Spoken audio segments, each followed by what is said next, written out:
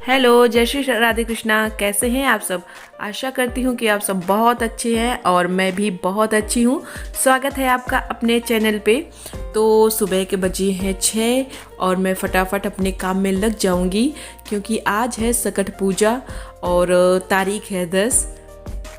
तो सबसे पहले मैं क्या करूँगी, सबसे पहले आई हूँ मैं अपने गेस्ट रूम में आई हूँ और जो ये बिस्तर लगे पड़े हैं नीचे, तो यहाँ पे मेरे हस्बैंड डेली रात में काम करते हैं क्योंकि रात में ही उनका वर्क होता है कंप्यूटर में, तो रात में ही वर्क करते हैं। तो फर्श काफ़ी ठंडी होती है तो इसीलिए गद्दा वगैरह सब कुछ बिछा लेते हैं।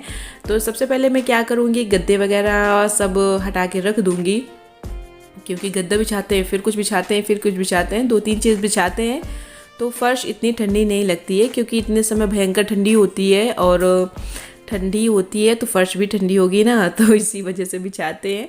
तो सब कुछ सामान हटाने के बाद मैं सोफ़े के कवर वगैरह सब सही कर दूंगी। और ये जो ये कढ़ाई रखी है लोहे की, इसमें मैं जलाती हूँ आग, और ठंडी बहुत होती है तो रात में और सुबह दोनों टाइम आग जला लेती हूँ तो अच्छा लगता है क्योंकि किचन में काम करना होता है तो पैर बहुत ठंडे हो जाते हैं, हाथ पैर, तो सेकते हुए काम कर लो तो सही रहता है।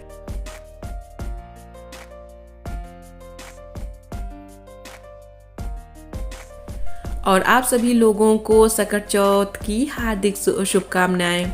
तो यहाँ पे मैं लगा रही हूँ झाड़ू लगाने के बाद लगा लूँगी पोछा क्योंकि मुझे पोछा आज बहुत लगाना है, जीने में भी पोछा लगाना है क्योंकि आज है लक्ष्मी माता का दिन और आएंगी हमारे घर, तो स्वागत करने के लिए घर की सफाई तो करनी ही पड़ेगी ना। और आज मेरा फास्ट भी है सकट चौथ का, तो काफ़ी 7-8 साल हो गए हैं लेकिन मैंने फास्टिंग नहीं की थी, लेकिन अभी मन हुआ कि चलो कर लेते हैं क्योंकि ऐसा होता है ना कि जैसे जैसे एज होती जाती है मैच्योरिटी अपने आप आ जाती है, तो वही हुआ मेरे साथ भी। तो इसलिए अब मैं सारे फास्ट रहती हूँ जितने भी होते हैं, अपने पूर्वजों के अपने तौर तरीके से, अपने जो गांव के रीति रिवाज से सारे त्यौहार मनाती हूँ और बहुत अच्छा लगता है करने में। तो मुझे यहाँ पे मैं जीने में पोछा लगा रही हूँ और जीने में पोछा लगाने के बाद ऊपर से लेके पूरे नीचे तक जीने में पोछा लगाना है। मैंने झाड़ू पहले ही लगा दिया था तो सिर्फ पोछा बाकी है। अभी मैंने छत पे पोछा नहीं लगाया है, अपने रूम में जहाँ रहते हैं हम लोग वहाँ पे पोछा नहीं लगाया है। सबसे पहले मैं जीने में पोछा लगाऊंगी और जीने में पोछा लगाने के बाद जाऊंगी छत पे क्योंकि जीने में भी काफ़ी टाइम हो जाता है, करीब करीब मुझे 20 मिनट लग जाते हैं आराम से झाड़ू पोछा करने के लिए। और ठंड है तो हाथ बहुत कम चलते हैं, तो यहाँ पे फटाफट मैं काम निपटा लूँगी। और ये देखिए मैं बना रही हूँ आज लंच में पूरी की सब्ज़ी नहीं, अजवाइन की पूरी और बनाऊँगी सब्ज़ी। तो पहले सब्ज़ी मैंने बना लिया है, ये पूड़ियाँ थोड़ी बाकी हैं तो मैंने कहा चलो इनको भी फटाफट निकाल देते हैं।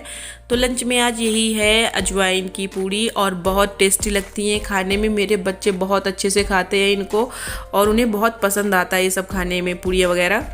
तो कभी कभार मैं बना देती हूँ अजवाइन की पूड़ी मसाला वगैरह डाल के, तो बहुत अच्छी लगती हैं खाने में। तो ये देखिए फटाफट मैं निकाल रही हूँ पूड़ी, और पूड़ी निकालने के बाद दिखा रही हूँ कि मैं सब्ज़ी मैंने क्या बनाया है। तो ये देखिए मैंने सब्ज़ी बना के रख लिया है, गर्मा गर्म आलू और बंधे मटर की सब्ज़ी। कितनी टेस्टी, कितनी बढ़िया लगती है। हालांकि मुझे नहीं खाना है लेकिन मैंने बच्चों और हस्बैंड के लिए बना दिया है। और करीब शाम का टाइम है, वही करीब 3 या 4 होगा, मैंने घड़ी नहीं देखा है।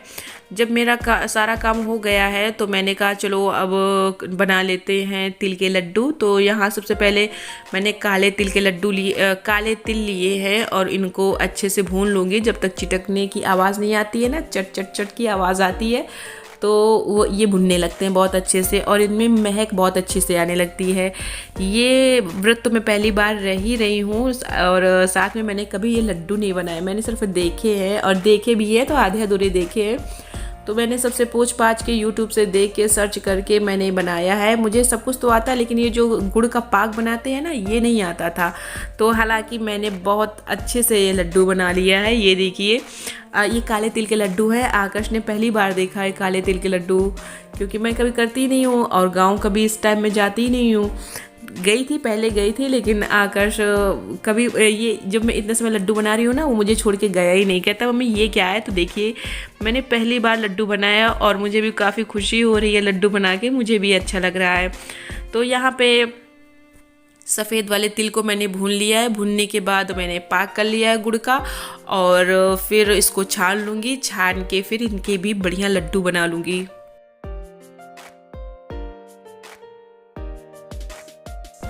घर पे लड्डू बना लो तो सही रहता है, मार्केट से बनाओ तो पता नहीं कैसे बनाते होंगे कैसे नहीं बनाते होंगे, इसलिए अच्छे से घर पे बना लो आप। थोड़ा मेहनत ज़रूर लगता है लेकिन उसका स्वाद ही दूसरा होता है। तो ये देखिए मैंने बना लिया है तिल के लड्डू। ये देखिए ये सफ़ेद वाले तिल के लड्डू हैं और वो काले वाले तिल के लड्डू हैं। तो दोनों आधा आधा किलो थे, आधा किलो सफ़ेद वाले, आधा किलो काले वाले लड्डू थे। तो ये भी मैंने बहुत अच्छे से बनाए हैं और मुझे बहुत खुशी हो रही है।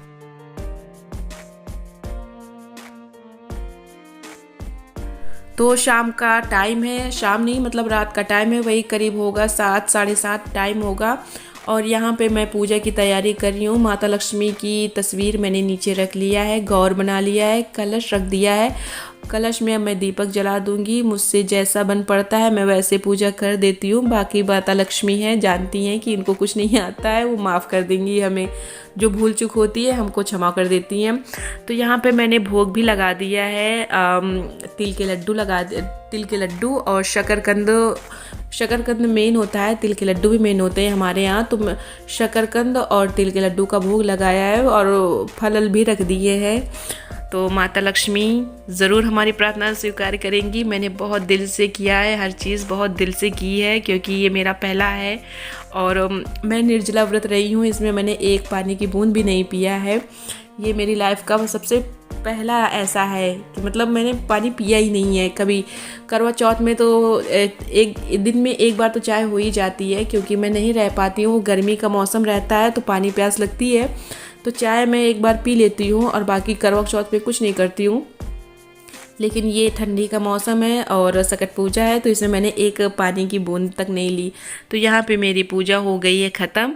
और पूजा ख़त्म होने के बाद इनकी एक स्टोरी होती है, देवरानी और जेठानी की, जो माता लक्ष्मी आती हैं रात में, वो वाली स्टोरी होती है। तो सुनने के लिए मैंने अपने दोनों बच्चों को बैठा लिया है और मैंने आकाश और आरू को बैठा लिया है। बड़े प्यार से सुनना है स्टोरी और मुझे समझाना पड़ता है उनको बीच बीच में कि देवरानी और जेठानी का मतलब क्या होता है। तो चलिए मेरी पूजा और स्टोरी यहीं पे मैं अपने ख़त्म करती हूँ। और ये देखिए मैंने नीचे कलश, गौर और ये गणेश जी, मतलब ये जो होते हैं सब मैंने बनाए हैं। और ये रहे मेरे माता लक्ष्मी।